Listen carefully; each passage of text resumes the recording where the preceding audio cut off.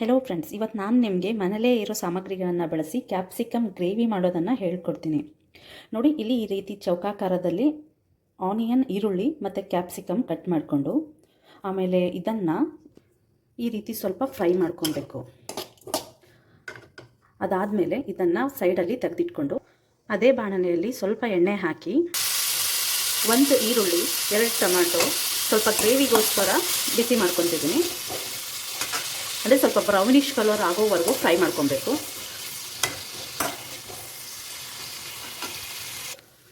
ಈ ರೀತಿ ಫ್ರೈ ಮಾಡಿಕೊಂಡು ಇದನ್ನು ರುಬ್ಕೋಬೇಕು. ಅದೇ ಬಾಣಲೆಯಲ್ಲಿ ಸ್ವಲ್ಪ ಎಣ್ಣೆ ಹಾಕಿ, ಎಣ್ಣೆ ಕಾದ ಮೇಲೆ ಸ್ವಲ್ಪ ಜೀರಿಗೆ, ಸಾಸಿವೆ ಹಾಕಿ ಅದಾದಮೇಲೆ ಕರಿಬೇವು ಮತ್ತು ಶುಂಠಿ ಬೆಳ್ಳುಳ್ಳಿ ಪೇಸ್ಟ್ ಹಾಕಿ ಸ್ವಲ್ಪ ಬಿಸಿ ಮಾಡಿಕೊಂಡು ಅದಾದಮೇಲೆ ಗ್ಯಾಸ್ನ ಆಫ್ ಮಾಡಿ, ಅದಾದಮೇಲೆ ಆಫ್ ಮಾಡಾದಮೇಲೆ ಸ್ವಲ್ಪ ಮೊಸರು ಹಾಕಿಬಿಟ್ಟು ಸ್ವಲ್ಪ ಅದರಲ್ಲಿ ಸ್ಪೂನ್ ಹಾಕಿಸ್ಬಿಟ್ಟು ರುಚಿಗೆ ತಕ್ಕಷ್ಟು ಖಾರ, ಅರಿಶಿಣ, ಮಸಾಲ, ಸ್ವಲ್ಪ ಉಪ್ಪು ಹಾಕಿ ಮತ್ತೆ ಕಲಸಾದ್ಮೇಲೆ ಮತ್ತೆ ಗ್ಯಾಸ್ನ ಆನ್ ಮಾಡಿ, ಕಲಸಾದ್ಮೇಲೆ ನಾವು ಮಾಡಿಟ್ಕೊಂಡಿರೋ ಗ್ರೇವಿ ಹಾಕಿಬಿಡಿ.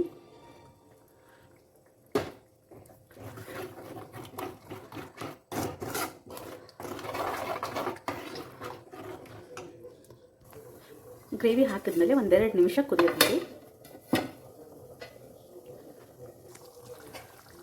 ಗ್ರೇವಿ ಕುದಿದ 2 ನಿಮಿಷ ಆದಮೇಲೆ ಚೆನ್ನಾಗಿ ಕಲಸಿ ಇದರಲ್ಲಿ ಅದು ಕ್ಯಾಪ್ಸಿಕಮ್ ಮತ್ತು ಆನಿಯನ್ ಫಸ್ಟಲ್ಲಿ ಹೆಚ್ಚಿಟ್ಕೊಂಡಿದ್ವಲ್ಲ ಇದನ್ನು ಇದರಲ್ಲಿ ಹಾಕಿಬಿಟ್ಟು ಮಿಕ್ಸ್ ಮಾಡಿಬಿಡಿ.